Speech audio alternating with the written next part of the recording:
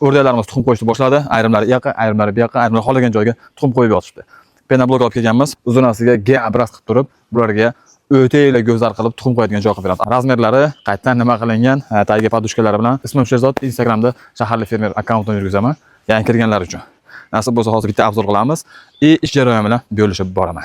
O'rdaklar tuxumlashni boshlaganda ham alohida e'tibor berib qo'yish kerak. Bu yoqqa tug'ursa kurki bo'lmaydi. Hozir naryoqda 4 ta bo'ldi, 5 ta bo'ldi naryoqda. Nasib bo'lsa yana 5 tadan keyin o'sha kurki bo'ladi. O'sha mart oyida sizda o'sha bir dona o'rdagingiz nasib bo'lsa 10 ta kanlanadi. Xudo nasib qilsa hammasi butun ochib chiqsa. Bizda 160 ta o'rdagimiz bor. Bulardan 120 tasi makon. Nasib bo'lsa hammasi 20 tadan ochib chiqsa ham Xudoning bergan barakasida menga bir dunyo bo'lib ketadi. Xudo xohlasa sotuvga ham chiqaramiz. Sotuvga chiqarganimizda e'londa Instagram akkauntimizda qo'yib boramiz xudo xohlasa.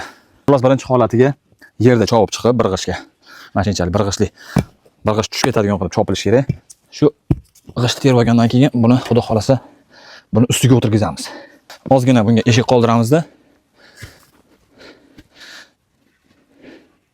Eshik mashincha yetadi. Yopib qo'yamiz.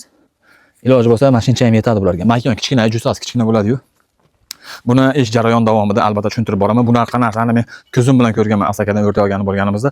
Faqat ular g'ishdan qilgan, xom g'ishdan qilinsa yoki pishgan g'ishdan qilinsa hamda g'ishdan xullas kelam. Ham vaqtingiz oladi, ham kuchingiz oladi. Nimagaki 1, 2, 3 qator g'ishda o'rnini bosadi, bu bo'ldi. Bitani qo'ydingiz, tamom ishingiz bitdi. Loyani surkadingiz, ketdingiz. Plitchni kley olib kelganman. Bu narsani men o'zim ko'rib keldim. Ana shu akani plani bo'yicha qilamiz. Katta bunaqa 60 santimetrli bo'lmaydi. Shuni ham aytib o'tishim kerak. Nega necha bo'ladi desanglar, buni yarmini qilamiz. Sababi bu 30, mana bu narsa 15 mikin, 12 mikin bilmayman. Yarim 30 bu. Xullas ham 40 santimetr. 40 ga 50 qilamiz, 40 ga 60 qilamiz. Tamom. Matdan sal teparoqdan. Bunday qilib tushish qilamiz, nabes. Suv, pachin bu narsalar bo'lmaydi. Xudo xolasa ularga letniy zona bo'ladi. Mikroklimatlar tashlab beradigan bo'lsa, bu yoqda baseyni, bu yoqdan to'silgan, xudo xolasa menimcha chiroyli bo'lsa kerak. Tuxumni ham qo'yaveradi, bolasini olib chiqaveradi. Bolasiga alohida joy qilamiz. Albatta bolalarini alohida boqish kerak bulardan. Bu jarayon davomini albatta keyingi videolarda qo'yaman, chunki fizik kuchim yetmayapti.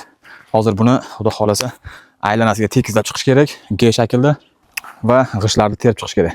Xudo xolasa nasib bo'lsa ertagalikka bu videoni cho'zaman. Chekmay turasizlar, aytib bermaysizlar.